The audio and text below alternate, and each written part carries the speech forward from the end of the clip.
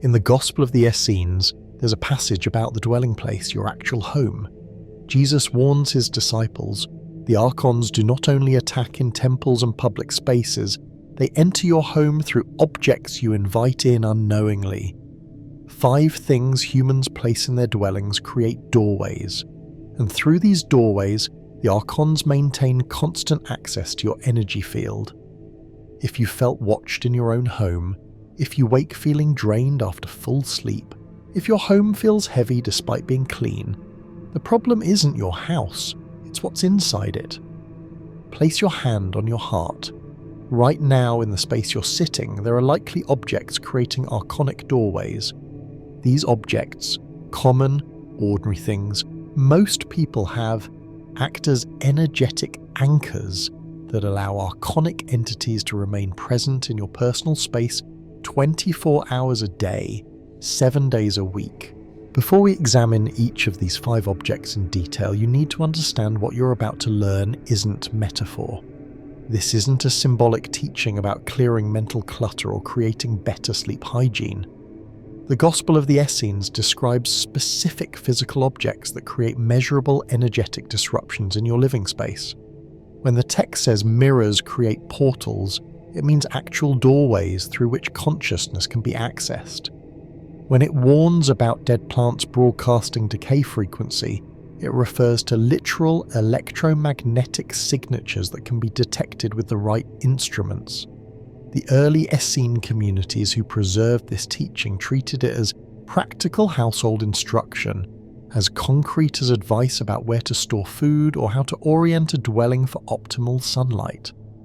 They removed these objects from their living spaces and documented the results.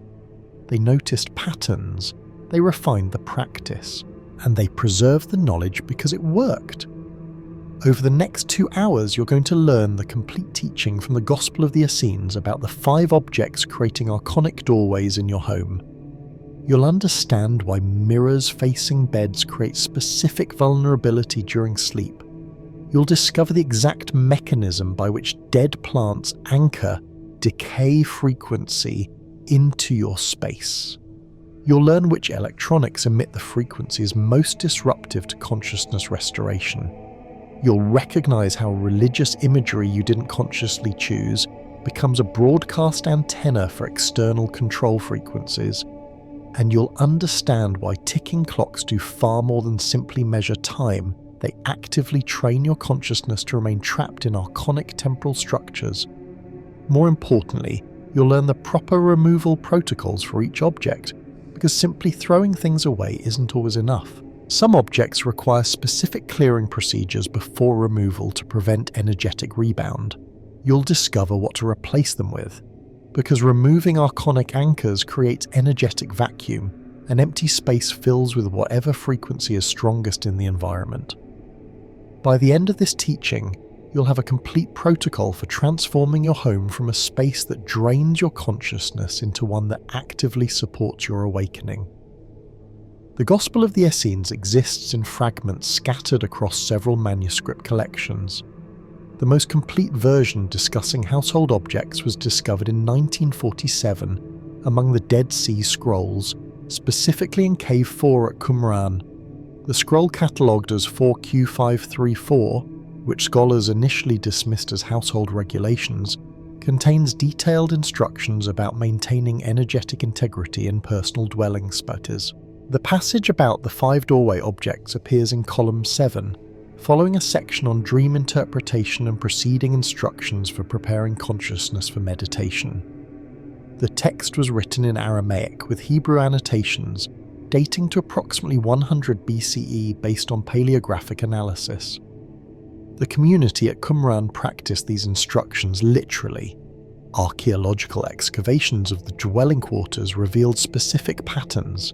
Sleeping chambers contained no mirrors, no dried plant material, minimal metal objects, and no timepieces. The community placed enormous importance on sleep chamber purity, constructing rooms with specific geometric proportions and orientations to minimize what they called interference patterns.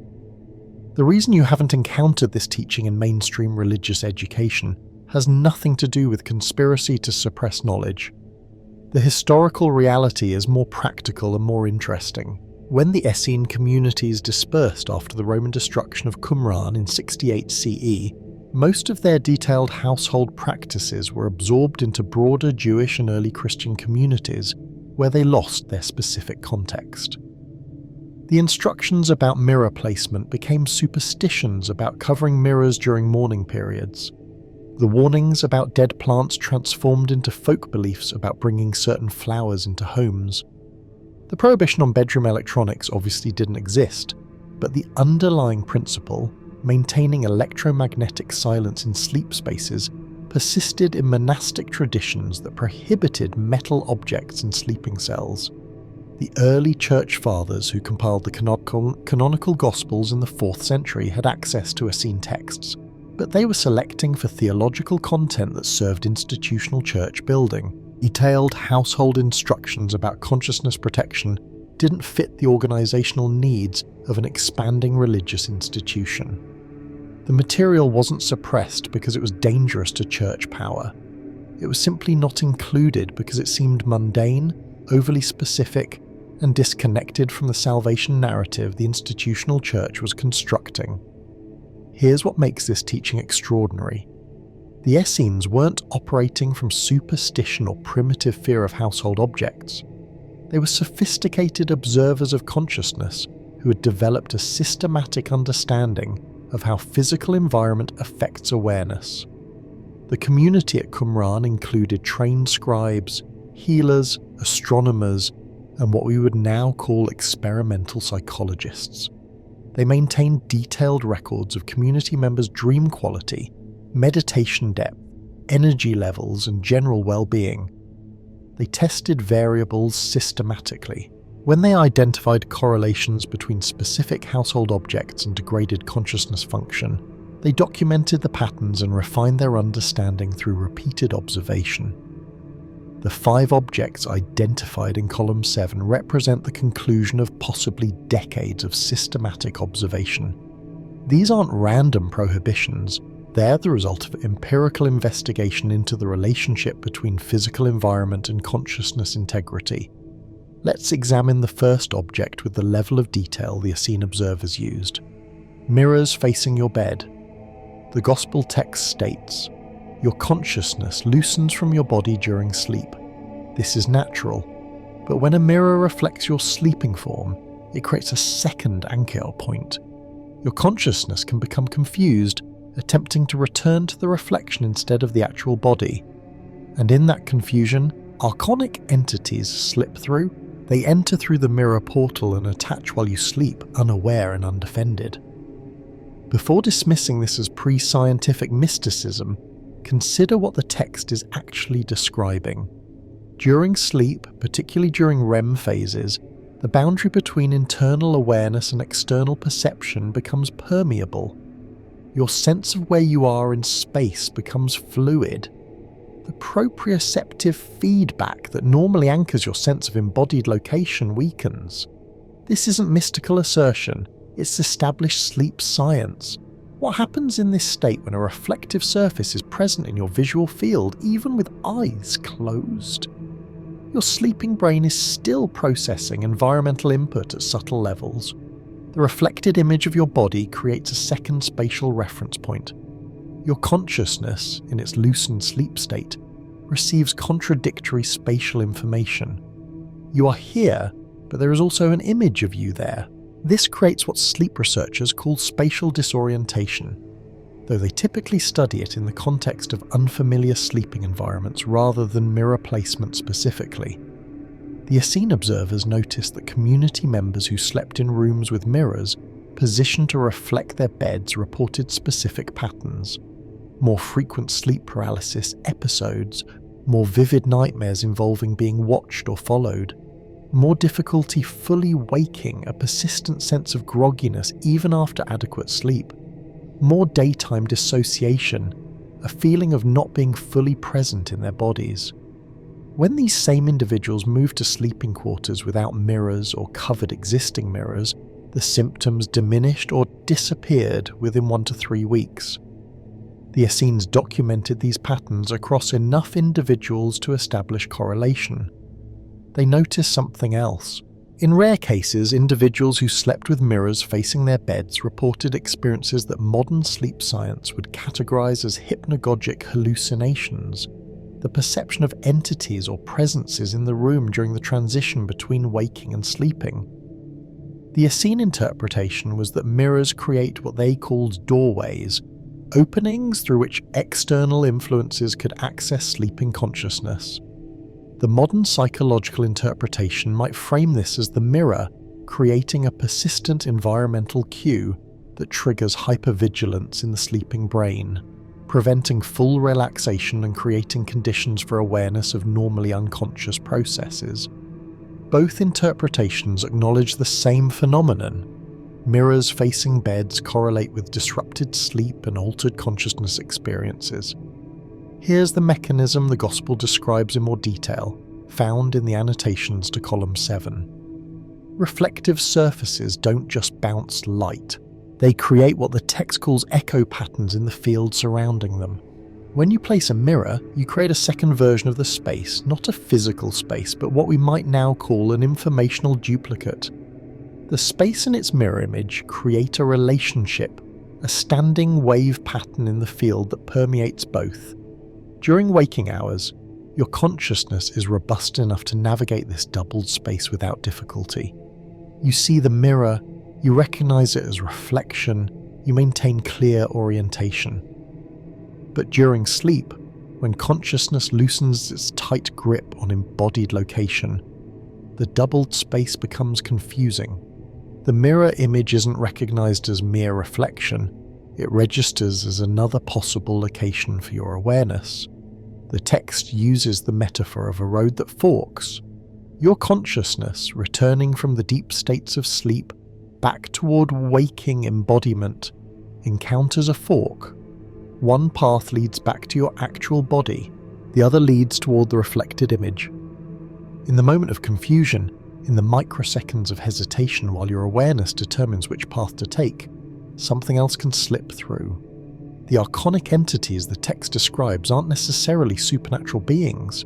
They might be better understood as autonomous fragments of fragmented consciousness that exist in the collective field, always seeking embodied awareness to attach to because they lack their own. They're opportunistic. They wait at these fork point moments, these instances of confusion and spatial disorientation, and they slip into the opening created by your hesitation. You can test this understanding yourself without accepting the metaphysical framework. For 7 nights, sleep in a room with a mirror positioned to reflect your bed. Keep a sleep journal. Note sleep quality, dream content, morning energy levels, any experiences during the night. Specifically track how many times you wake during the night, how difficult it is to fully wake in the morning, whether you experience any sense of being watched, any sleep paralysis episodes, the quality of your dreams, vivid versus vague emotional tone, presence of threatening figures. After 7 nights, cover the mirror completely or remove it from the room. Continue the sleep journal for another 7 nights under otherwise identical conditions. Same bedtime, same room temperature, same sleep duration. Compare the 2 weeks. You're looking for patterns in sleep quality, dream content, and morning energy. Most people who conduct this experiment report measurable differences. Not everyone experiences dramatic changes, but the majority notice some improvement in at least one parameter: deeper sleep, easier waking, or shift in dream content away from threatening imagery. The Essene removal protocol for mirrors is specific. Don't simply remove a mirror that has been reflecting your sleeping form for months or years. The text instructs, before removing a mirror that has long watched your sleep, perform the clearing. The clearing protocol involves 3 steps. First, while the mirror is still in place, spend 1 full sleep cycle, approximately 90 minutes, sitting before the mirror in meditation, while fully conscious and alert. The purpose is to reclaim your reflected image, to consciously occupy both the space where you sit and the space of the reflection simultaneously, eliminating the confusion or fork point the mirror has created. You're training your consciousness to recognize the reflection as subordinate to your actual presence, not as an alternative location. Second, after this conscious reclamation meditation, cover the mirror with dark cloth, traditionally black wool, though any opaque dark fabric serves the function. Leave it covered for 3 full nights while you continue to sleep in the room. This allows the doubled space pattern to begin collapsing without the sudden shock of the complete removal. Third, remove the mirror from the room entirely. Don't place it in another bedroom. Store it covered, dispose of it, or if it must remain in the home for practical reasons, place it only in spaces where you don't sleep and where it doesn't reflect your body during vulnerable states. Bathrooms where you're alert and conscious, hallways, common areas. The whole protocol takes approximately 1 week. What should you replace a bedroom mirror with? The text recommends specific alternatives. Natural materials that absorb rather than reflect, tapestries, woven textiles, wood panels, living plants that create visual interest without creating the doubled space problem. If you need a mirror for practical morning grooming, the text suggests placing it inside a cabinet or closet where it can be covered when not in active use, or positioning it so that it reflects only wall space, never the bed or your sleeping form. The key principle is eliminating all reflective surfaces from the direct visual field of your sleeping position. This includes not just mirrors, but any highly reflective surface, glass-covered artwork, polished metal decorations, even screens on devices, which brings us toward the third object, but we'll address that in proper sequence. Some people report that even after mirror removal, they continue experiencing the sense of being watched or difficulty fully relaxing into sleep. In these cases, the Essene text recommends examining whether other reflective surfaces remain. Windows that reflect interior space at night, picture frames with glass, shiny furniture surfaces. The goal is comprehensive elimination of reflection from the sleep environment. The second object is dead flowers or plants. This is the one that surprises most people because dried flowers and potpourri are standard decorative elements in modern homes considered pleasant and harmless. The Gospel text states, "Death carries frequency. When a plant dies, it broadcasts decay frequency. And decay frequency is what Archons feed on. When you keep dead plants in your home, dried flowers, dead branches, potpourri, you're announcing decay is welcome here." And the Archons respond. The Essene understanding of this principle was sophisticated. They distinguish between dormancy and death.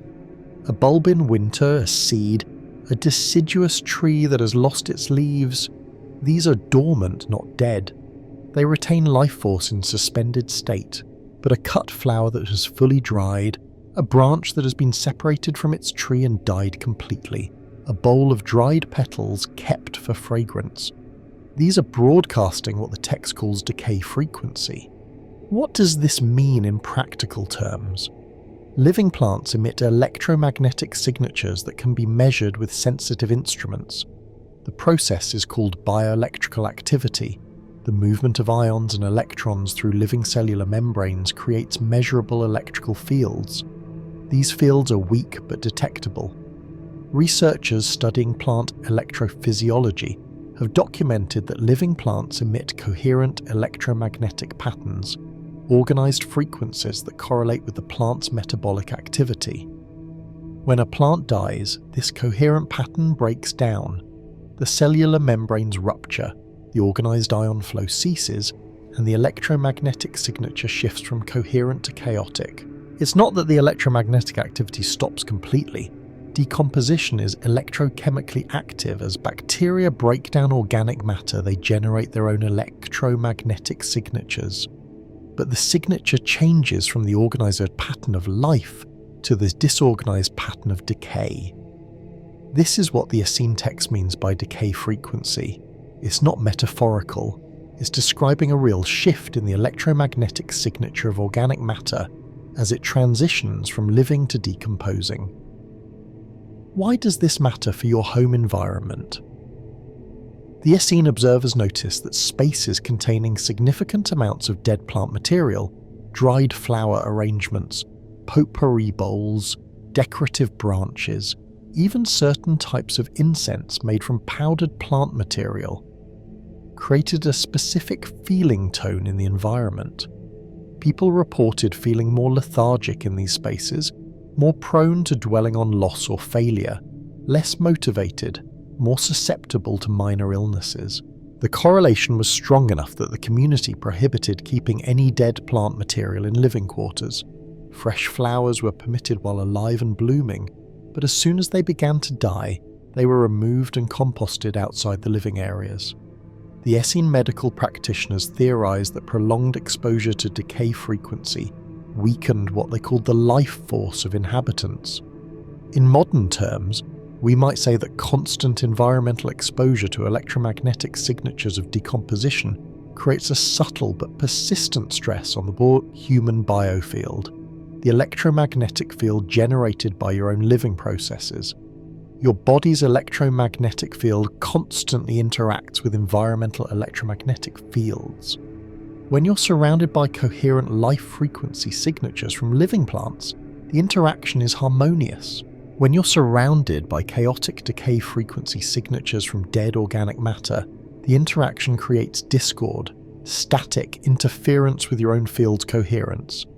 The archonic entities described in the text are drawn to decay frequency because it matches their own signature. Remember, in the Gnostic framework, Archons aren't necessarily literal demons. They are better understood as fragmentary pseudo-conscious patterns that exist in the collective field, feeding on certain frequencies to sustain themselves.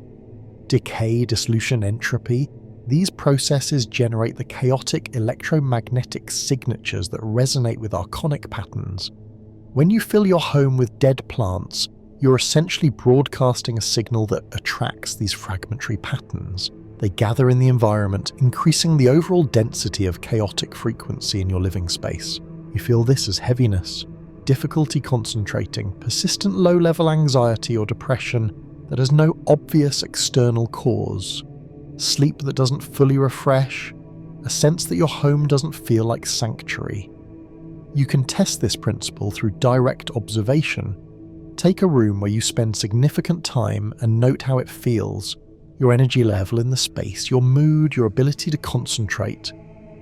If the room contains dried flowers, potpourri, decorative arrangements of dried grasses or branches, or any other dead plant material, remove all of it completely. Don't replace it yet, just remove it. Leave the space clear for 1 week. Pay attention to any shifts in how the room feels, how you feel in the room, whether your energy or mood or focus changes. Most people report some degree of shift. The space feels lighter, less oppressive, easier to be in. After the week of emptiness, you can introduce living plants if you want to refill the space. Compare how living plants affect the space versus how the dead plant material affected it. This isn't subtle for most people. The difference in how a space feels with thriving living plants versus decorative dead plants is significant and quickly noticeable. The Essene removal protocol for dead plant material is simpler than the mirror protocol because dead plants don't create the same kind of persistent feel pattern. You can simply remove them, but the text recommends a specific disposal method. Don't throw dead plant material in your household trash, where it will decompose in your immediate environment. Take it outside your dwelling space. If you have access to earth, bury it or compost it, returning the dead organic matter to soil, where decomposition serves the natural cycle. If you live in an urban environment without earth access, dispose of it in outdoor receptacles away from your living space. The key principle is getting the decaying matter completely out of your daily environment. Some people feel attachment to dried flower arrangements that have sentimental value. Flowers from a wedding, a funeral, a significant event. The text acknowledges this but is firm. The sentimental value doesn't change the frequency being broadcast. If you want to preserve the memory, take a photograph, press a single bloom in a book sealed away from living spaces, find an alternative way to honour the memory that doesn't require keeping actively decaying organic matter in your home environment. What should you replace dead plant material with if you want living energy in your space? Living plants, obviously, but the text offers specific guidance about which plants serve consciousness best in home environments. Plants with rounded leaves rather than sharp or spiky leaves. Plants that bloom periodically, bringing cycles of heightened life force into the space. Plants that clean air. Modern research on plants like pothos, spider plants, snake plants shows they actively remove toxins from indoor air while generating oxygen and maintaining healthy humidity levels. The Essene communities favoured herbs, rosemary, lavender, mint, plants that serve multiple functions of air purification, pleasant natural fragrance from living rather than dead material, and practical use in cooking or medicine. If you don't have conditions suitable for living plants, insufficient light, travel schedule that makes plant care difficult, personal lack of skill with plant keeping, the text suggests leaving space empty rather than filling it with dead material. An empty corner radiates neutral frequency. A corner filled with potpourri radiates decay frequency. Neutral is vastly preferable to decay when the options are binary. One question people often ask is about wood for furniture or wooden decorative objects. Is wood dead plant material that should be removed? The Essene text distinguishes based on the state of the material. Living wood that has been cut and processed but is fully dried and stabilized. Furniture, wooden bowls, cutting boards, structural beams, is no longer broadcasting active decay frequency. The decomposition process is completed to the point of stability. The electromagnetic signature is neutral rather than chaotic, but wood that is visibly rotting, wood with mold or mildew, wood that is still in active decomposition, this still broadcasts decay frequency and should be removed from living spaces. The same principle applies to other organic materials. Cotton fabric, wool, leather, these are processed organic materials that have stabilized. They're not broadcasting decay frequency, but leather that is molding, fabric that smells of mildew, any organic material in active decay should be removed or cleaned until the decay process stops. The third object is electronics in the bedroom. The gospel text. The chamber where you sleep must be silent. Not just silent to the ears, but silent to the energy field. When you sleep, your energy field expands, becoming more sensitive. And if that expanded field encounters constant electromagnetic frequency from devices, phones charging, televisions on standby, Wi-Fi routers, the expansion is disrupted. Your consciousness cannot fully restore, and in that disrupted state you become vulnerable to archonic interference. This is the one object category where modern scientific research has caught up to ancient Essene observation. We now have substantial documentation that electromagnetic fields from common electronic devices affect sleep quality, cellular function, and neurological health. The question isn't whether electronics emit electromagnetic radiation. They obviously do, and this is measurable. The question is whether the levels emitted by typical household electronics are significant enough to affect human biology and consciousness. The research increasingly suggests yes, they are. Let's examine what happens to your biofield during sleep. Then look at how electronics interfere with that process. During waking consciousness, your electromagnetic field, generated primarily by the electrical activity of your brain and heart, maintains a relatively tight, coherent structure close to your body. This isn't mystical assertion. Bioelectromagnetic fields are measurable with sensitive instruments. Your heart generates the strongest electromagnetic field in your body, detectable several feet away from your chest with magnetometers. Your brain generates weaker but more complex electromagnetic patterns. The combination creates a field that extends beyond your skin, but remains relatively bounded during normal waking consciousness. During sleep, particularly during deep sleep and REM phases, this field changes character. The boundary becomes more diffuse. The field extends further from the body. The internal coherence shifts. Different brain regions that maintain tight coupling during waking consciousness begin to operate more independently, creating more complex field patterns. This is when consciousness restoration happens. The brain consolidates memories, clears metabolic waste through the glymphatic system, repairs cellular damage, and integrates the day's experiences. This restoration process requires the expanded, diffuse biofield state. When the field is forced to maintain its tight, defensive waking consciousness configuration during sleep, restoration is incomplete. Electronic devices emit electromagnetic fields continuously when powered, even in standby mode. A phone charging on your nightstand emits electromagnetic radiation from the charging process, from the Wi-Fi antenna maintaining connection to your router, from cellular antennas maintaining connection to towers, from Bluetooth if enabled. A television in standby mode emits from its internal electronics, waiting for the remote signal to power on. A Wi-Fi router continuously broadcasts signals in all directions. A digital alarm clock emits from its display and internal circuitry. These are not high-intensity fields like you'd encounter standing next to high-voltage power lines, but they're constant, close to your body during sleep, and operating at frequencies that interact with biological processes.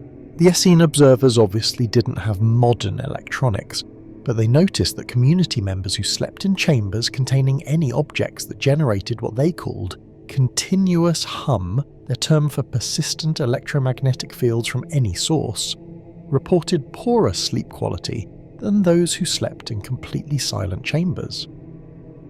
Modern research on the electromagnetic field exposure during sleep shows several consistent findings.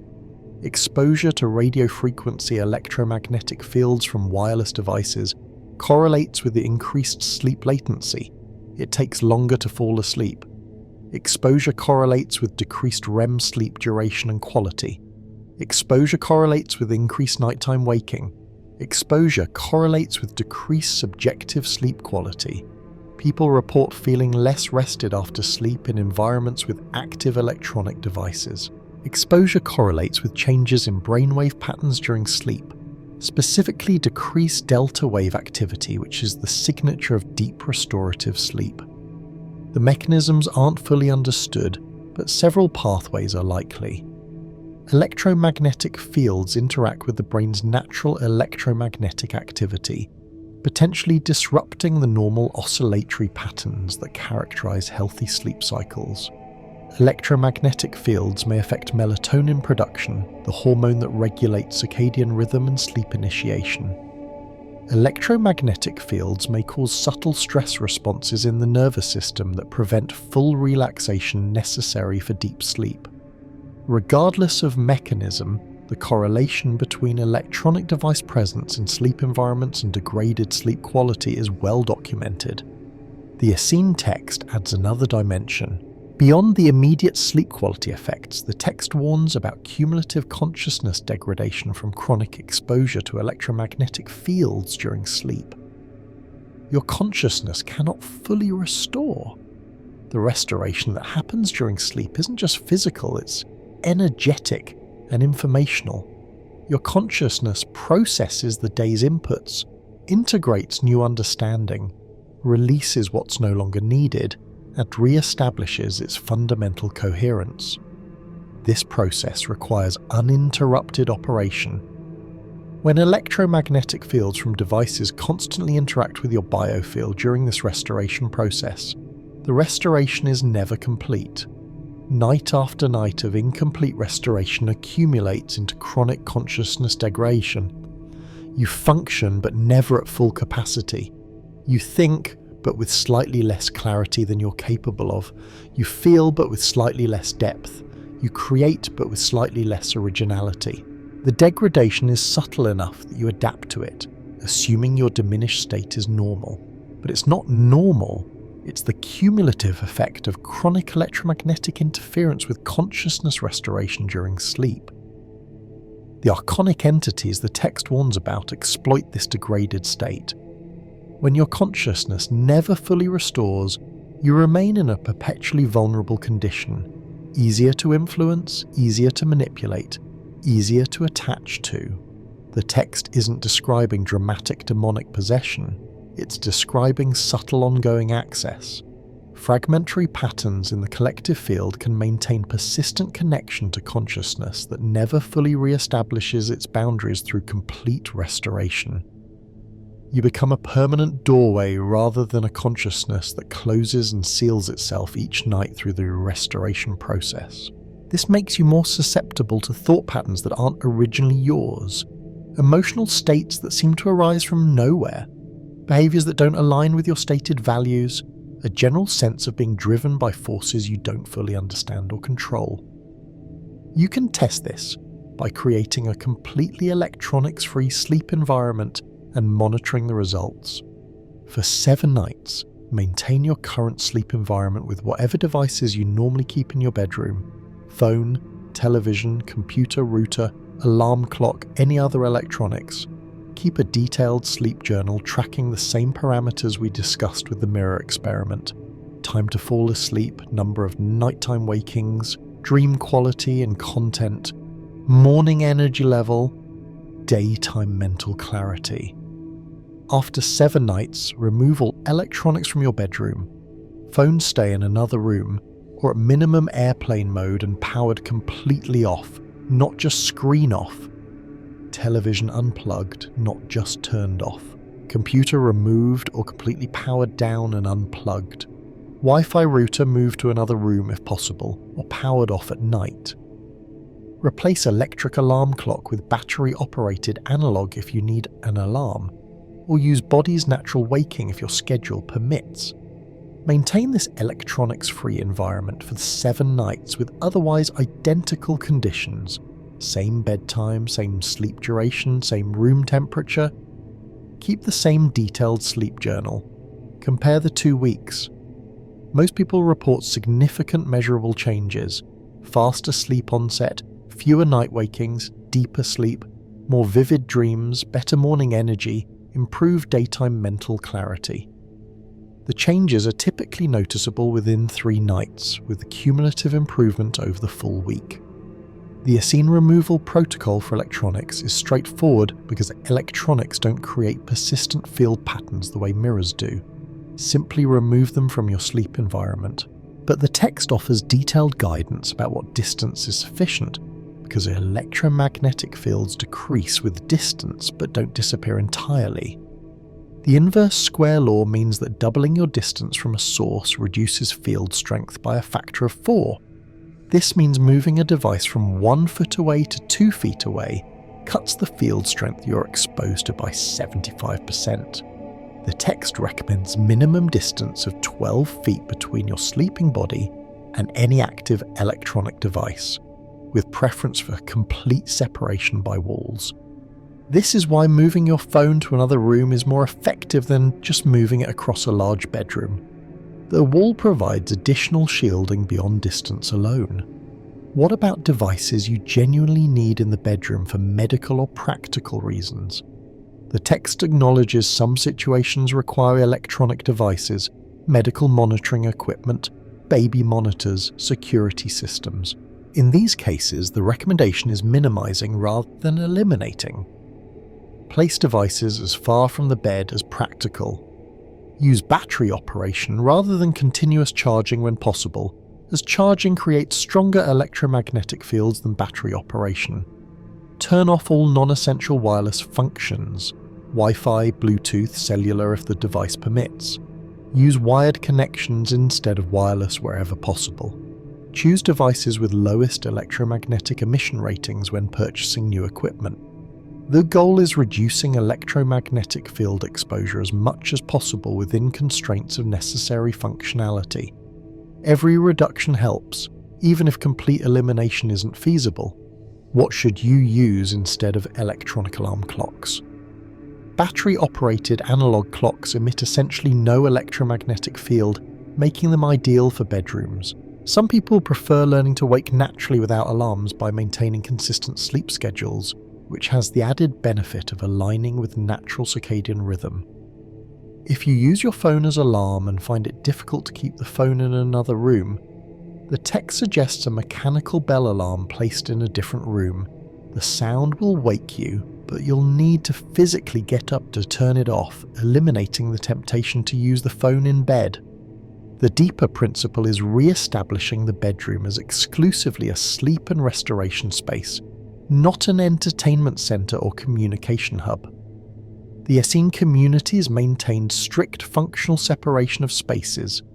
Work happened in workspaces, meals in eating spaces, sleep in sleep spaces. The modern habit of using bedrooms as multi-purpose rooms, television watching, phone scrolling, work on laptops, degrades the consciousness association between the space and its primary function. Your nervous system can't fully shift into sleep mode when the same space is used for stimulating activities. The fourth object is religious imagery you didn't choose. This is the most psychologically complex of the 5 objects and the one most likely to trigger defensive reactions, so we need to approach it carefully and precisely understand what the text is addressing. The Gospel states, "Many homes contain images of saints, crosses, icons, not because the resident chose them with intention, but because they were inherited, gifted, expected, and these objects, when placed without conscious choice, become anchors for the very religious egregores the Archons use to control consciousness. The image of the saint on your wall, if you didn't consciously choose it, that image is not protecting you. It's anchoring archonic religious frequency into your personal space." The key distinction the text makes is between religious objects you chose with full conscious intention versus objects you keep out of guilt, obligation, tradition, or fear of offending someone. The text isn't condemning religious imagery itself. It's identifying a specific mechanism by which objects kept for unconscious reasons create energetic vulnerabilities. We need to understand what the Essene text means by egregore. An egregore is a thought form or collective psychological pattern that achieves semi-autonomous existence through the sustained attention and belief of many minds. When millions of people focus attention on a particular religious symbol, icon, or image, that symbol accumulates psychic charge. It becomes more than just physical material. It becomes an anchor point for the collective belief and emotional energy directed toward it. This isn't supernatural. It's a recognized psychological phenomenon that depth psychologists and researchers of collective consciousness have studied extensively. Carl Jung's work on archetypes describes similar patterns, symbols that carry meaning and energy beyond their physical form because of accumulated collective association. The Essene observers noticed that religious objects placed in homes often created a particular energetic pattern. If the object was chosen with genuine personal devotion and meaningful connection, it tended to radiate the emotional quality that the person invested in it: peace, inspiration, comfort. But if the object was placed without personal connection, kept purely out of external obligation or expectation, it became an antenna broadcasting the collective egregor frequency rather than personal devotional energy. Here's the mechanism. Every religious symbol connects to the broader egregore, the collective thought form maintained by all believers in that tradition. When you place a religious object in your home with genuine conscious intention and personal connection, you're using it as a focal point for your own devotional practice. The object helps you access your own spiritual understanding. But when you place a religious object in your home without conscious intention, because your grandmother gave it to you and you'd feel guilty removing it, because it's expected in your culture, because you're afraid something bad will happen if you don't display it, the object becomes a passive receiver of the collective egregore rather than an active expression of your conscious spirituality. The difference is crucial. An object you chose broadcasts your consciousness through the connection you've established with it. An object you keep unconsciously broadcasts the collective egregor's frequency into your space, and you become subject to that broadcast rather than generating your own signal. The archonic control the text warns about operates through these collective egregors.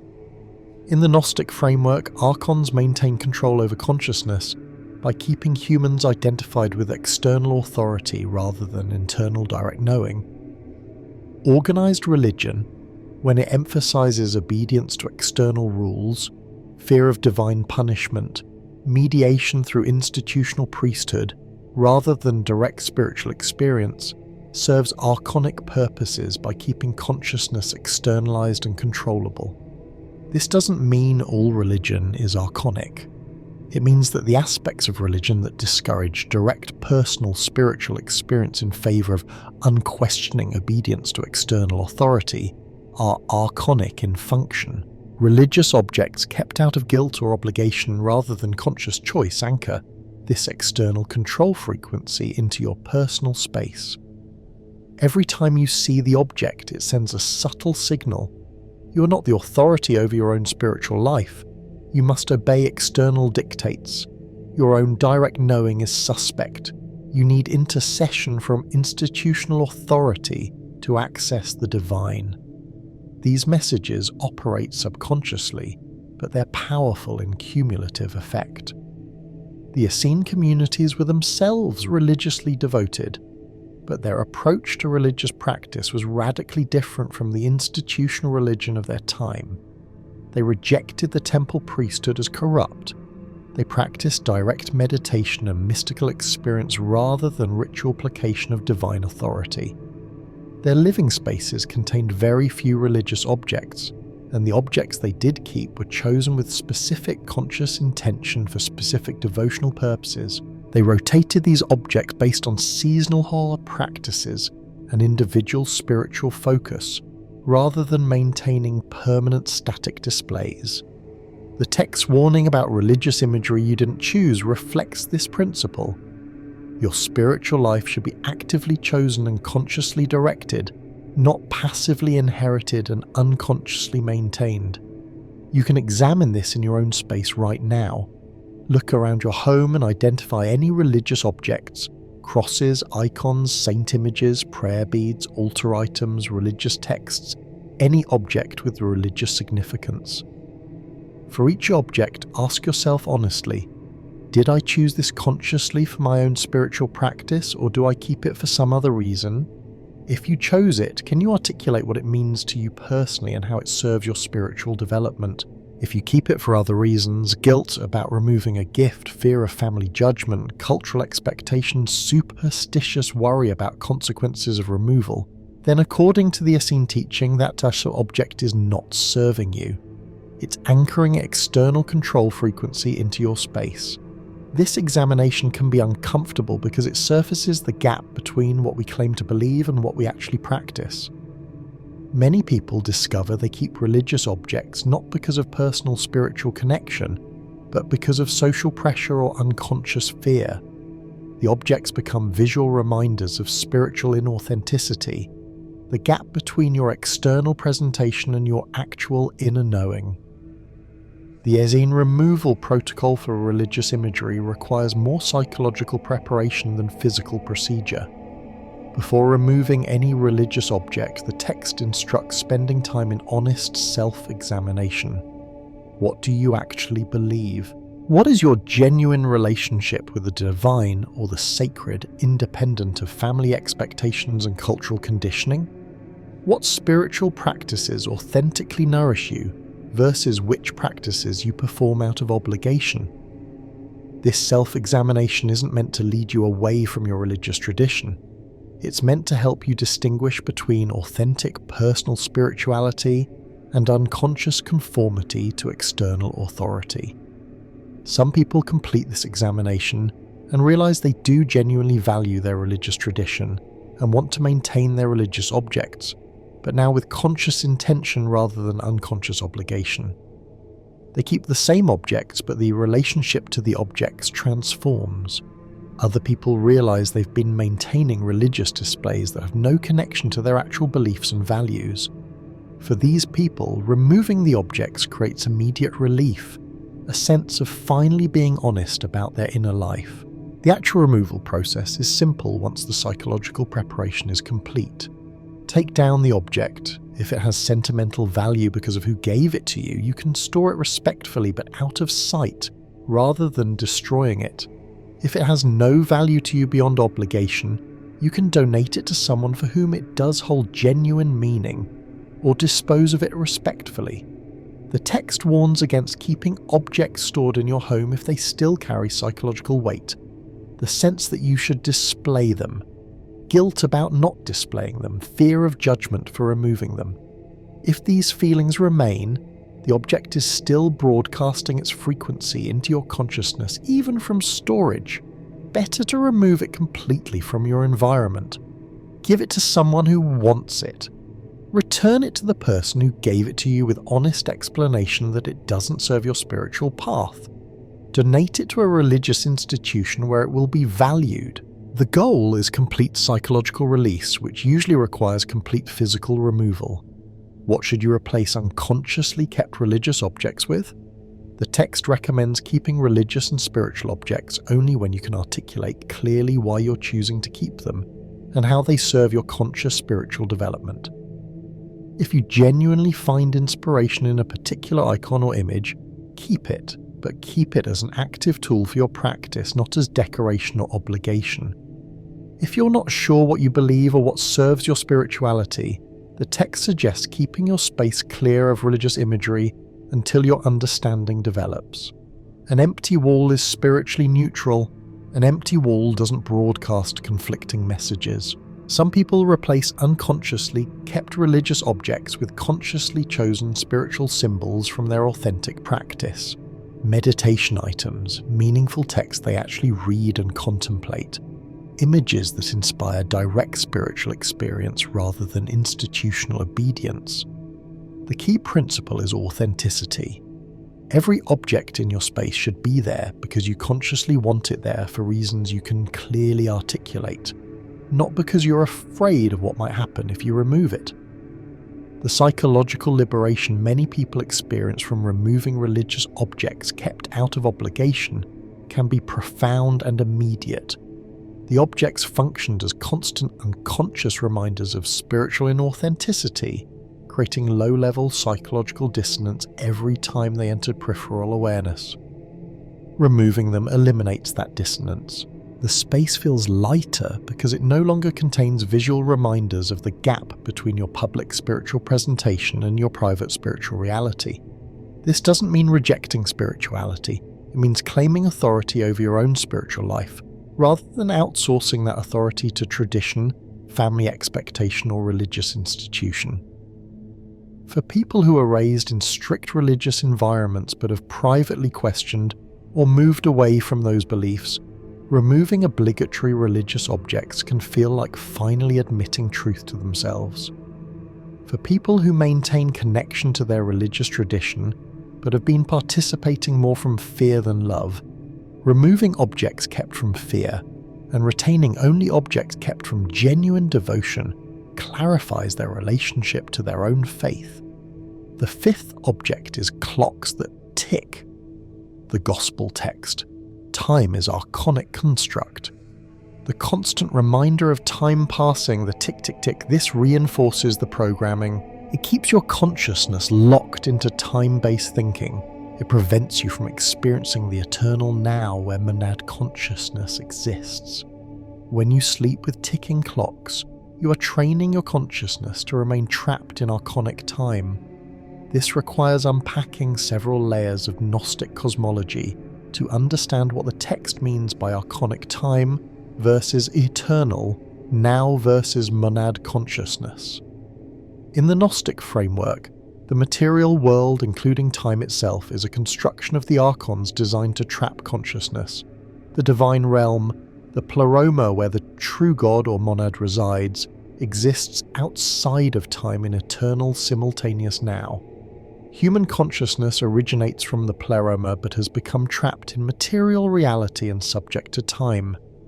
The spiritual path is about remembering your origin in timeless eternity and loosening identification with temporal material existence. From this perspective, anything that reinforces time consciousness strengthens the trap. Constant awareness of time passing, anxiety about time running out, structuring life entirely around clock time, these patterns keep consciousness identified with the material world rather than remembering its timeless divine origin. The specific object the text warns against is clocks that produce audible ticking. The constant tick-tick-tick creates a sonic metronome that entrains consciousness into time-based rhythm. This is subtle but pervasive. When you spend hours in a room with a ticking clock, your nervous system begins to synchronize with the rhythm. Your attention may not be consciously focused on the sound, but your unconscious processing tracks it continuously. This creates a background condition of constant times awareness. You can never fully relax into timeless presence because the sonic reminder of passing time is always there in peripheral awareness. The effect intensifies during sleep. Sleep is one of the few states where consciousness naturally loosens its grip on time-based thinking. You lose track of time during sleep. Hours can feel like minutes or minutes like hours. This temporal fluidity is part of how consciousness accesses non-ordinary states during sleep.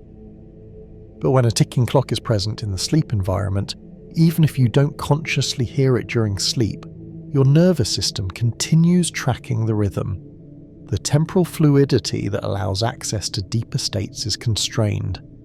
Your consciousness remains anchored to clock time even during sleep when it should be free to move through non-temporal states.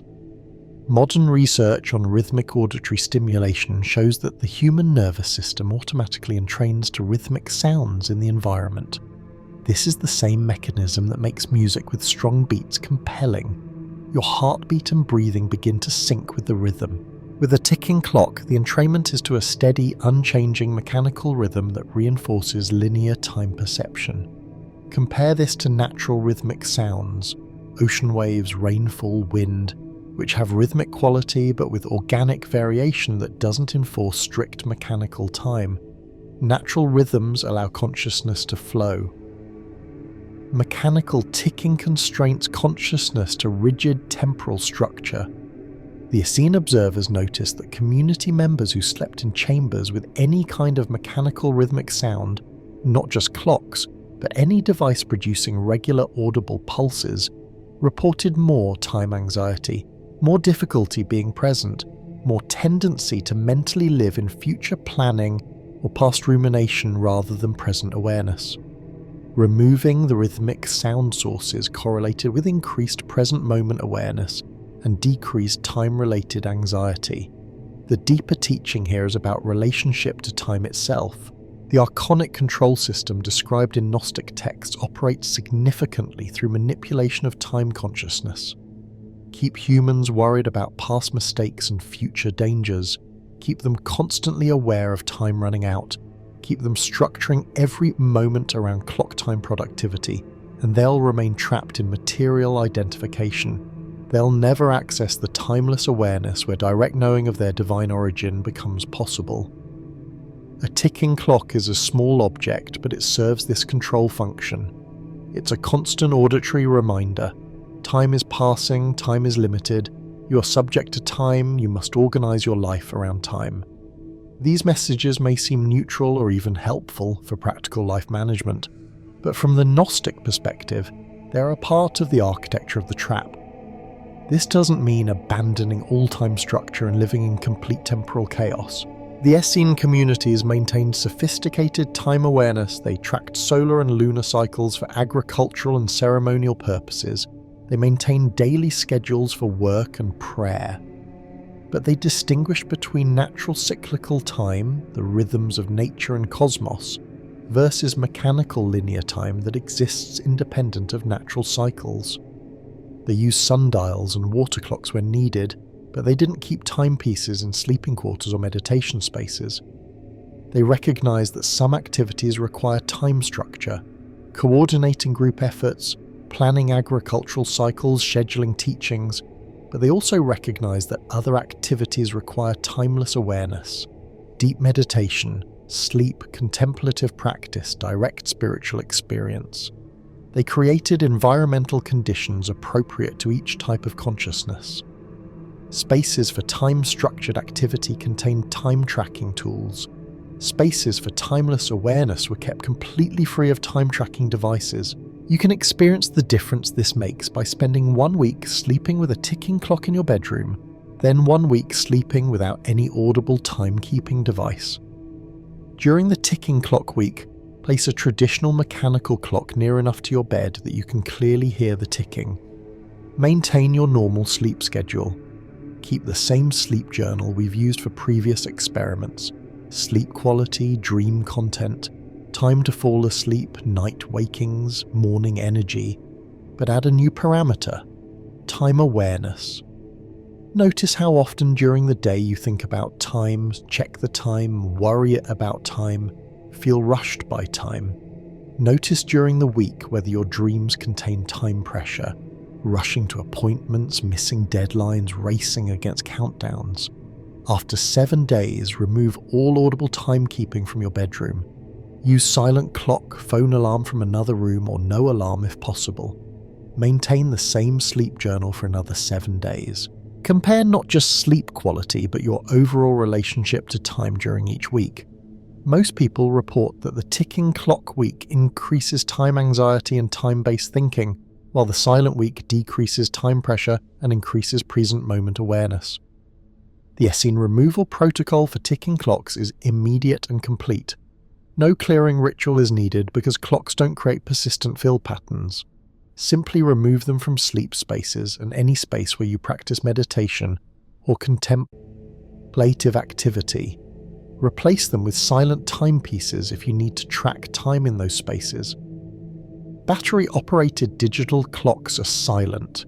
Some analog clocks use sweeping second hands rather than ticking mechanisms, or simply keep no clock in bedrooms and check time on devices in other rooms when needed. The deeper practice the text recommends is cultivating specific time awareness, tracking time consciously when it serves practical purposes, releasing time awareness completely during activities that benefit from timeless consciousness.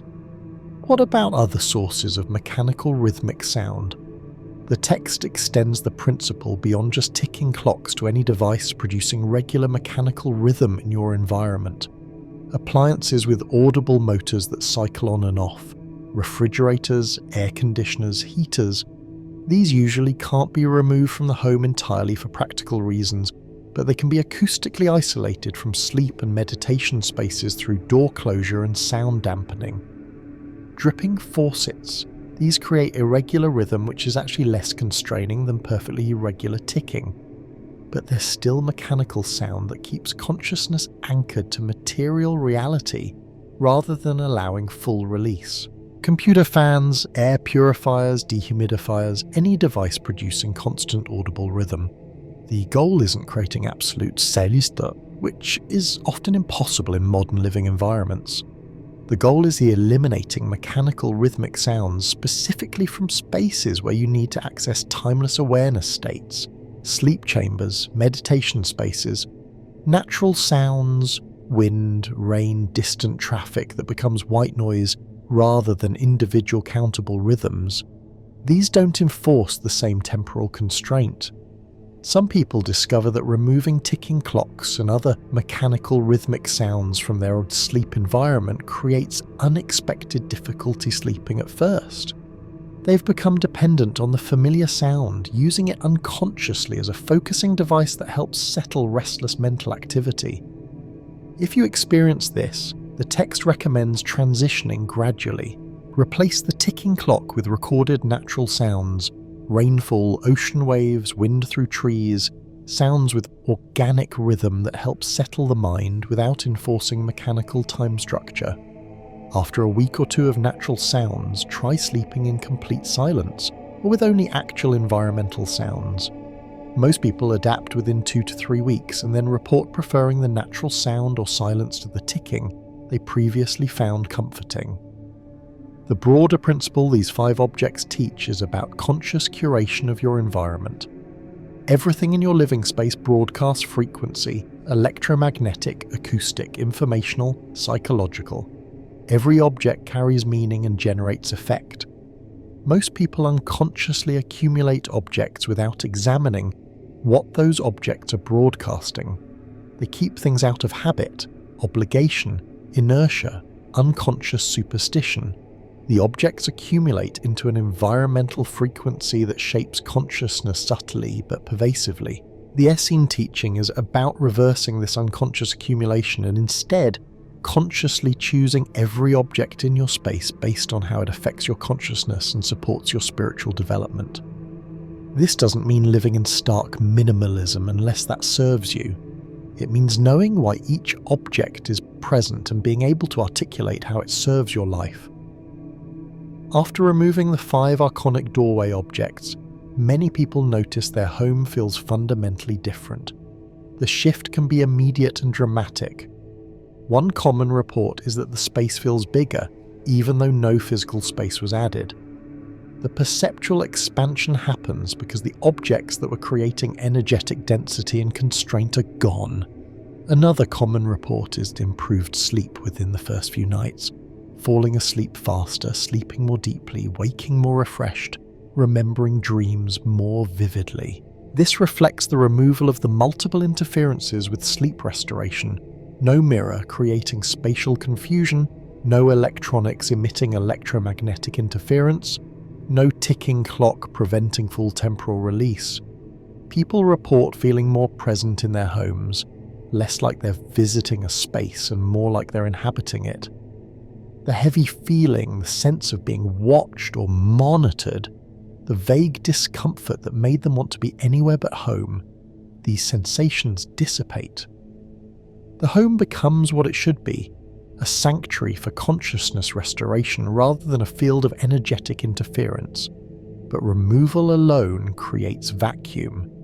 This is crucial to understand. When you remove objects that have been broadcasting dense frequency into your space, you create energetic emptiness.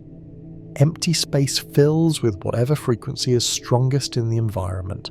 If you live in a dense urban area with strong electromagnetic pollution, lots of noise, chaotic neighborhood energy, the vacuum will fill with that unless you consciously fill it with something better. This is why the Essene text emphasizes replacement strategy as carefully as it emphasizes removal protocol. For each of the 5 object categories, we've discussed what to replace them with, but the broader principle is about filling your space with objects and conditions that actively support consciousness rather than just neutral emptiness. Living plants are one of the most powerful consciousness-supporting additions to any space. They generate coherent electromagnetic fields, clean and oxygenate air, create visual beauty that settles the nervous system, and connect you to natural life cycles. The Essene communities filled their living spaces with potted herbs and flowering plants, rotating them seasonally. Choose plants appropriate to your light conditions and maintenance capacity. Even one thriving plant creates measurably different frequency in a room than a room with no living presence. Natural materials, wood, stone, natural fiber textiles, these carry earth frequency that supports grounding and embodiment. The modern home filled with plastic and synthetic materials creates subtle but persistent disconnection from natural rhythm. Replacing synthetic with natural where possible reconnects you to earth frequency. Items with personal meaning that you consciously chose, artwork that inspires you, books you actually read and value, tools for practices you actually engage in, these should fill your space. Every object should be there because you want it there and can articulate why. If you can't explain why an object is in your home beyond it was there when I moved in, or someone gave it to me years ago, or I might need it someday, Hertie, that object is dead weight. It's not serving you. It's occupying space and attention without returning value. The Essene practice was annual clearing. Once per year, remove everything from living spaces and only return objects that serve current life and practice. Everything else gets released, given away, sold, composted, recycled. This prevents the unconscious accumulation that most people experience, where homes gradually fill with objects that no longer serve any purpose but remain out of inertia.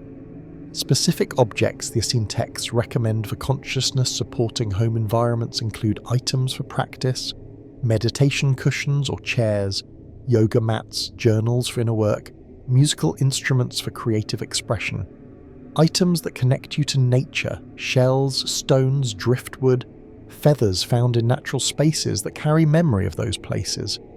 items that facilitate learning and growth, books you're actively reading, materials for skills you're developing, tools for creative projects, items that support physical health, exercise equipment you actually use, kitchen tools for preparing nourishing food, comfortable furniture that supports good posture and rest, items that bring beauty and inspiration, art that moves you, objects crafted with skill and care, colours and forms that create emotional resonance. Notably absent from the recommended list, televisions, though these didn't exist in Essene times. The modern Essene approach to television is nuanced. The device itself isn't inherently iconic, but the content broadcast through it usually is.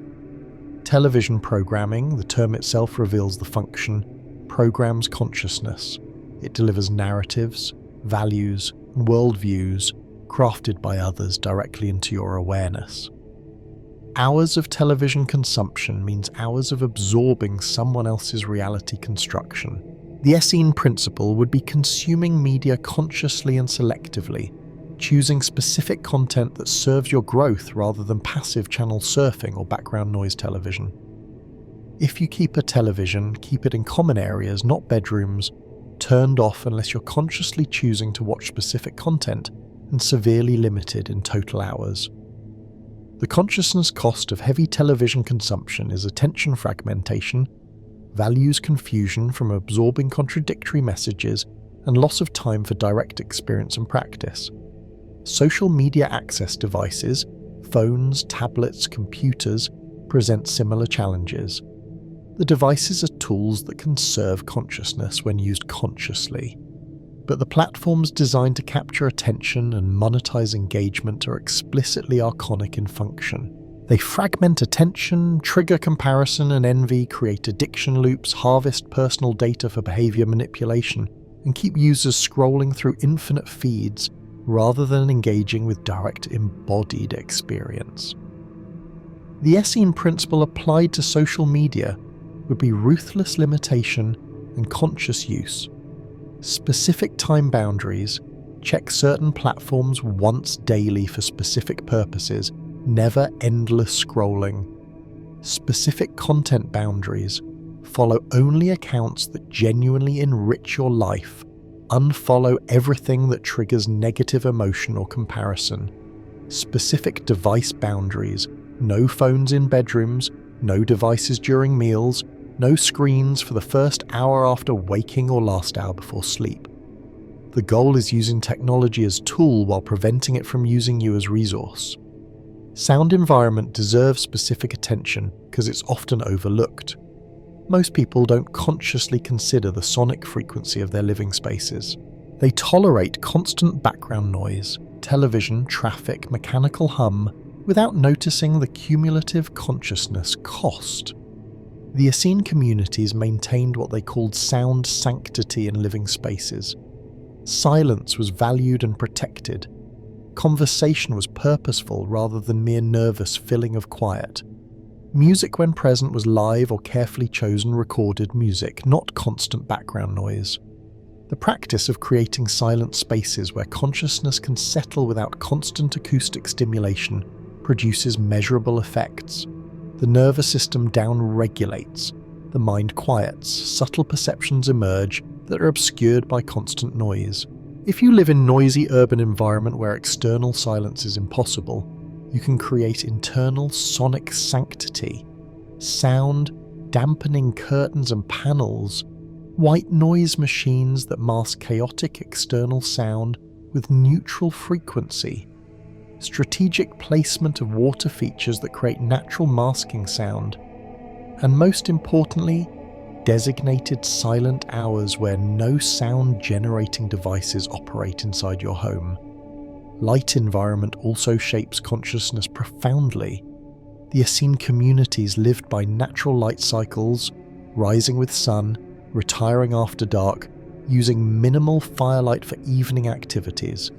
This kept their circadian rhythms aligned with natural solar cycles. Modern artificial lighting allows complete independence from solar cycles, which seems convenient but creates biological stress. Your nervous system evolved for millions of years under natural light conditions. Artificial light, especially blue spectrum light from screens, disrupts circadian rhythm, suppresses melatonin, and degrades sleep quality. The consciousness cost is persistent low-level fatigue, mood disruption, and decreased cognitive function. The Essene principle applied to modern life would be maximizing natural light exposure during day. Work near windows, take outdoor breaks, arrange living spaces to capture daylight. And minimizing artificial light exposure after sunset, dim lights in evening, no screens 2 hours before sleep, amber or red spectrum lighting only, blackout conditions for sleeping. This realigns your biology with natural rhythms and produces immediate improvement in sleep quality and daytime energy. Temperature regulation affects consciousness more than most people realize. The Essene texts mention the importance of sleeping in cool chambers. Modern sleep research confirms that body temperature needs to drop for sleep initiation and maintenance. Sleeping in overly warm environments prevents this temperature drop and degrades sleep quality. The ideal sleep temperature for most people is between 60 and 67 degrees Fahrenheit, significantly cooler than most people keep their homes. Lowering bedroom temperature, using breathable natural fiber bedding, and avoiding heavy synthetic blankets that trap heat all support better sleep and consequently better consciousness restoration. During waking hours, temperature that's too warm creates lethargy, while temperature that's too cold creates tension. The ideal is cool enough to maintain alertness, but warm enough to remain physically comfortable, which varies by individual but generally falls between 68 and 72 degrees for most people during active hours. Air quality is another often overlooked environmental factor. The Essene communities prioritize fresh air circulation, building dwellings with multiple windows and openings for cross-ventilation. Modern homes and buildings often seal tightly for energy efficiency, creating indoor air that can be significantly more polluted than outdoor air. Volatile organic compounds from furniture and building materials, particulates from cooking and cleaning products, carbon dioxide buildup from occupation, mold spores from humidity, these accumulate in sealed environments. Poor air quality creates cognitive fog, fatigue, respiratory stress, and general malaise. The solution is regular air exchange, opening windows daily even in cold weather for at least 15 minutes of full air flush, using air purifiers with HEPA filters for the particle removal, maintaining humidity between 40 and 60% to prevent mold while avoiding dryness, and choosing low VOC materials for furniture and furnishings. Clean air supports clear consciousness. Polluted air degrades mental function measurably. The complete environmental protocol the Essene texts describe creates homes that function as consciousness support systems rather than consciousness drain systems. Every element, the objects present or absent, the sound environment, the light conditions, the temperature, the air quality, is consciously chosen to support awakening rather than unconsciously accumulated through habit and inertia. This level of environmental consciousness requires ongoing attention. You can't create the ideal environment once and then forget about it. Life changes, needs change. What served you last year might not serve you now. The practice is regular reassessment. The annual clearing tradition serves this. Once per year, question everything in your environment. Does this still serve me? Is there something better available? Have my needs changed in ways that require environmental adjustment? This prevents stagnation and keeps your environment evolving with your consciousness development. Many people beginning in this practice report that partners or family members are resistant to changes, especially removing objects like mirrors or religious imagery or ticking clocks that have been present for years. The text addresses this directly. You cannot force environmental changes on others who share your space. This creates conflict and resentment that degrades the energetic quality of the home more than leaving the objects would. The approach the text recommends is beginning with your personal space, your bedroom if you have private sleeping quarters, your meditation corner, your workspace. Make these He was completely aligned with the 5-object protocol and experienced the results yourself. As the people you live with observe changes in your sleep quality, energy, presence, and well-being, they often become curious and willing to experiment. If they never become willing, you at least have your personal sanctuaries that support your practice, and you learn to maintain strong consciousness boundaries even in environments that aren't fully optimized. The goal isn't perfection, but ongoing improvement toward conditions that support awakening. For people living in situations where they have minimal control over their environment, dormitories, shared housing, temporary lodging, the practice becomes about maximizing whatever agency you do have. You might not be able to remove the mirror that's permanently mounted on the wall, but you can cover it with fabric when sleeping.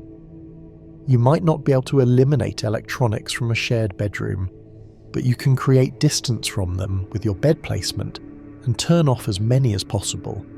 You might not be able to control the sound environment building-wide, but you can use earplugs or white noise to create local acoustic sanctuary.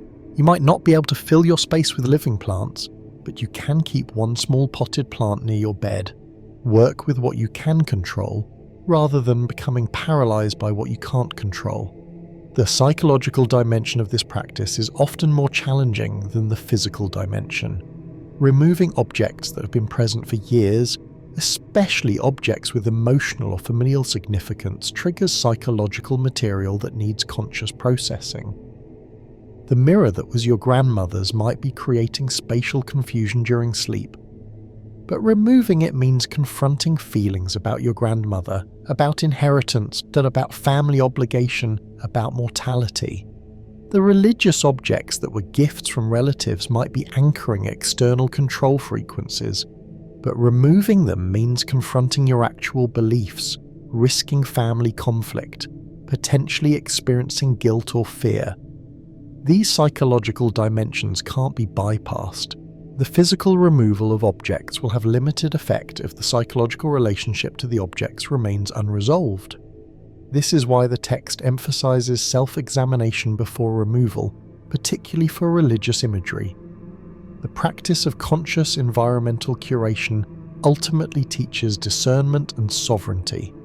Discernment is the capacity to recognize what serves your consciousness and what degrades it, what supports your path and what distracts from it, what resonates with your authentic being and what reflects someone else's agenda. Sovereignty is the capacity to make choices based on your discernment, even when those choices conflict with external expectations, traditions, or pressure. Every object you examine and consciously choose to keep or remove is an exercise in discernment and sovereignty. You're training yourself to recognize your own resonance versus external programming. You're practicing making choices based on inner knowing rather than outer obligation. These capacities extend far beyond household objects. The discernment you develop examining whether a mirror should face your bed is the same discernment you need at examining whether a belief should occupy your mind, whether a relationship should remain in your life, whether a commitment deserves your energy. The 5 objects identified in the Gospel of the Essenes, mirrors facing beds, dead plants, electronics in bedrooms, unchosen religious imagery, ticking clocks, represent specific categories of interference, but the underlying principle is universal. Any object kept unconsciously creates interference. Any object kept out of obligation rather than conscious choice broadcasts frequency that isn't yours. Any object kept out of fear of offense, fear of consequences, fear of loss, anchors fear frequency into your environment. The practice is examining every object in your space through this lens. Is this here because I consciously choose it? Does it serve my life and growth? Can I articulate why I keep it? If the answer to any of these questions is no or uncertain, that object deserves deeper examination and possibly removal. Some people complete the 5-object protocol and experience such dramatic improvement in sleep quality, energy, and overall well-being that they become zealous, wanting to purge their entire homes immediately and pressure everyone they know to do the same.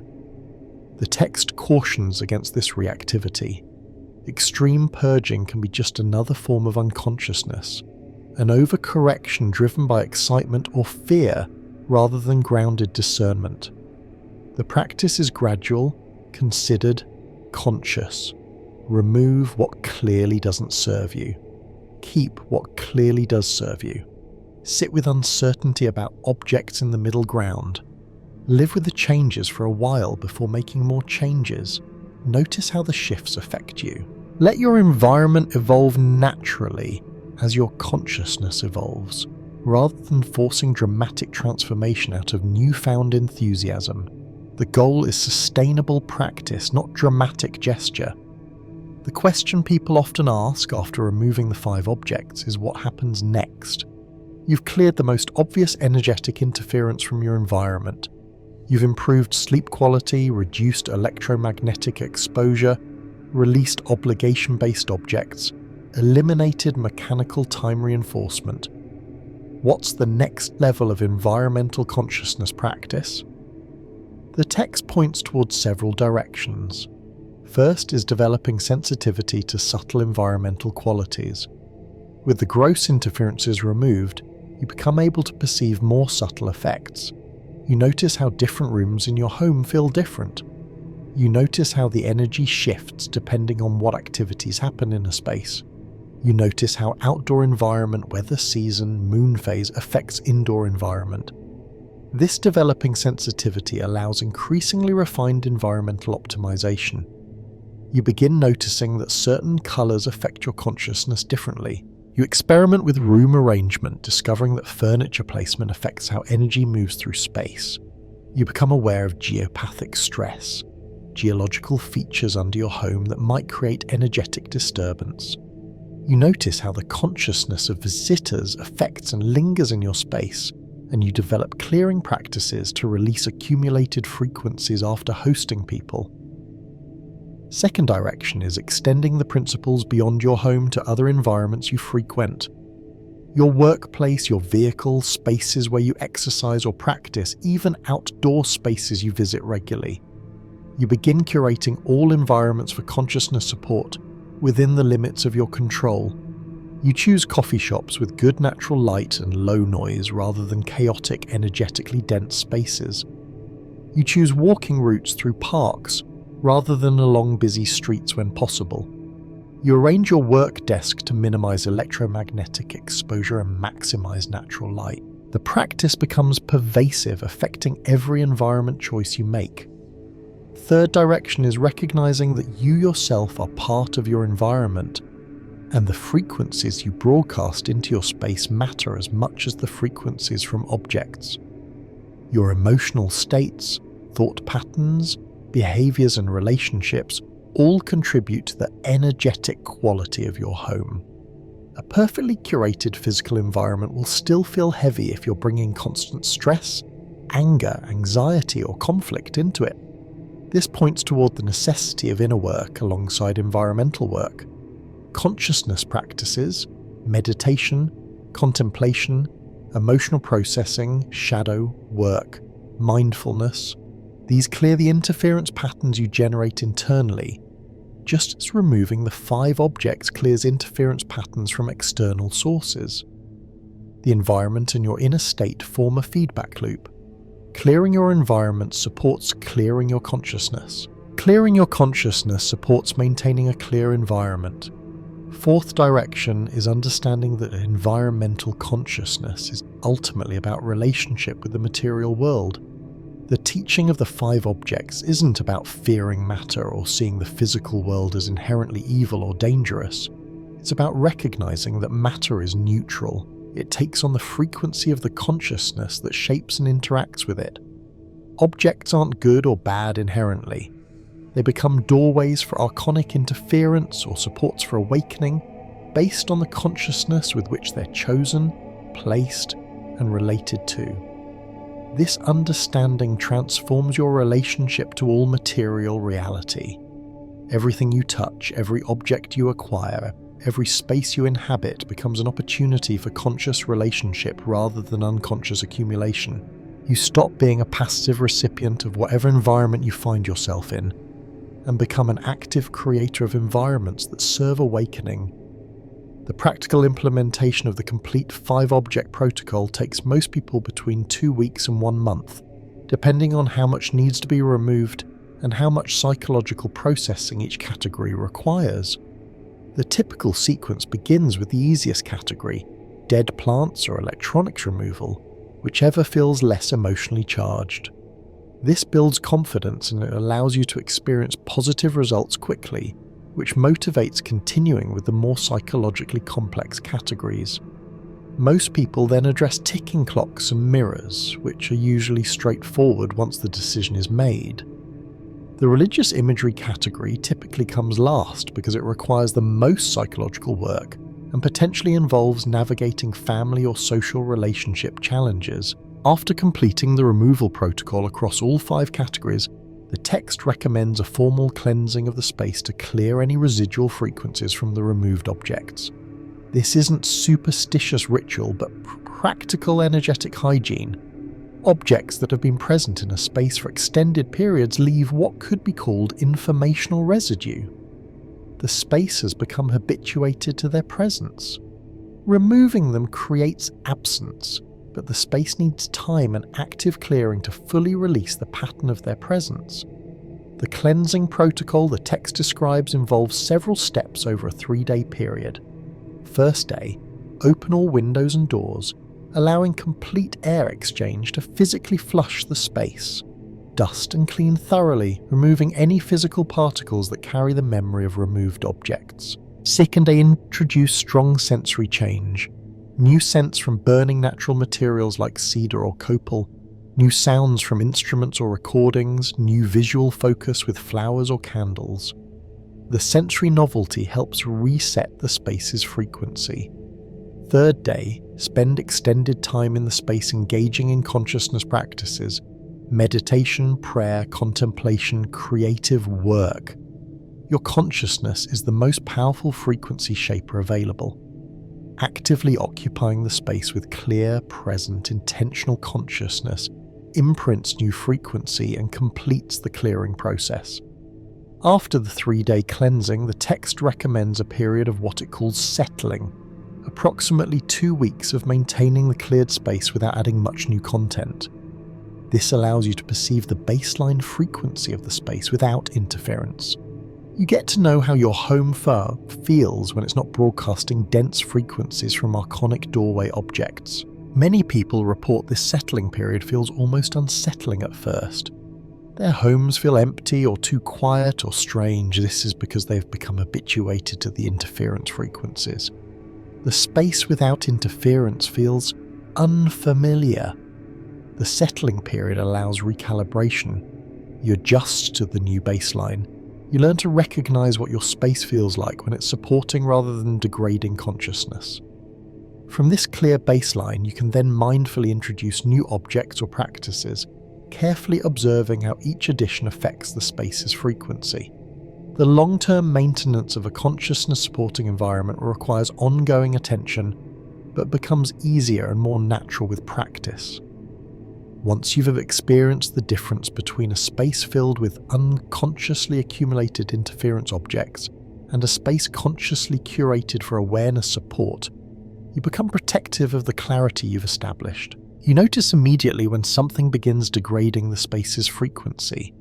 A gift object that doesn't resonate with your values but you keep out of obligation. You notice the interference it creates within days and address it, rather than tolerating it for years. A new electronic device placed in the bedroom, you notice the immediate decline in sleep quality and move it. The practice becomes self-reinforcing because the benefits are tangible and the costs of backsliding are quickly apparent. The community dimension of this practice deserves attention. When individuals begin clearing their personal environments and experiencing the benefits, they often want to share the knowledge with others. The text offers guidance about this. Don't evangelize or pressure others to adopt your practices. Instead, live the results visibly. When people ask why you seem more rested, more energized, more present, more clear, then share what you've learned. Offer the information as personal testimony about what worked for you, not as universal prescription everyone must follow. Respect that different people are at different stages of readiness for different practices. What transforms your life might leave someone else completely unmoved. Focus on your own practice and allow natural dissemination through authentic example rather than forced proselytizing. For people who develop deep practice with environmental consciousness and want to serve others, the text suggests several possibilities. Creating healing spaces, dedicated rooms or buildings designed specifically for consciousness restoration, where people can retreat when their home environments can't provide adequate support. Teaching environmental consciousness principles to others who are seeking this knowledge. Working as consultants, helping people assess and optimize their living spaces. These roles serve genuine need because most people have no training in environmental consciousness and don't know where to begin creating spaces that support rather than degrade awareness. Someone with deep practice can offer valuable service helping others navigate their environmental choices more consciously. The ultimate teaching of the 5 objects is about remembering that you're not separate from your environment. The boundary between self and environment is permeable and interactive. Your consciousness affects your environment, and your environment affects your consciousness. You can leverage this interactivity intentionally. By curating your environment to support awakening, you create conditions that make consciousness to development easier and more sustainable. You're not trying to force awakening through willpower alone while living in an environment that constantly undermines your efforts. You're creating alignment between inner practice and outer conditions, allowing them to reinforce each other. This is practical spirituality, the recognition that the path to awakening isn't purely internal or purely external, but requires conscious integration of both dimensions. The 5 specific objects identified in the Gospel of the Essenes represent common household items that create the strongest interference patterns, but the teaching extends beyond these 5 to a complete approach to environmental consciousness. Every object, every condition, every quality of your living space either supports your awakening or hinders it. The practice is becoming conscious of these effects and making choices that align with your deepest values and highest aspirations. You stop tolerating environmental conditions that degrade consciousness out of habit or unconsciousness. You stop accumulating objects that serve no purpose beyond filling space. You start recognizing your living environment as sacred ground, the physical foundation for your spiritual life, deserving the same care and attention you bring to your meditation practice or your study of sacred texts. The teaching concludes with a reminder about the nature of archonic influence. Archons aren't all-powerful, they are not God or the devil, or unstoppable forces. They're fragmentary patterns that survive by exploiting vulnerabilities in human consciousness. Every vulnerability you close reduces their access. When you remove mirrors that create spatial confusion during sleep, archonic entities lose that doorway. When you remove electronics that disrupt consciousness restoration, archonic interference decreases. When you remove dead plants broadcasting decay frequency, archonic patterns have less resonance in your space. When you remove religious objects kept from fear and obligation, archonic control through collective egregores weakens. When you remove ticking clocks reinforcing time-prison consciousness, archonic temporal traps loosen. Each object removed is a doorway closed, a vulnerability sealed. You reclaim sovereignty over your consciousness, one object at a time, one choice at a time, one practice at a time. The process isn't instant transformation. It's gradual reclamation of your awareness from the countless interference patterns that fragment and diminish it. But the effects are cumulative. Each improvement builds on previous improvements. Each doorway close makes the remaining doorways easier to recognize and close. The 5 objects are the beginning, not the end. They represent the most common and obvious interference sources. After addressing these, you'll likely discover other sources specific to your situation and needs. The practice develops discernment, sensitivity, and sovereignty that extend far beyond household object selection. You're learning to recognize resonance versus dissonance across all dimensions of life. You're practicing alignment between your choices and your deepest knowing. You're remembering that you have the right and responsibility to shape your environment consciously, rather than tolerating whatever conditions you inherit or accumulate unconsciously. This is reclaiming your power as a conscious being, choosing the conditions under which your consciousness develops rather than accepting conditions imposed by habit, obligation, fear, or unconsciousness.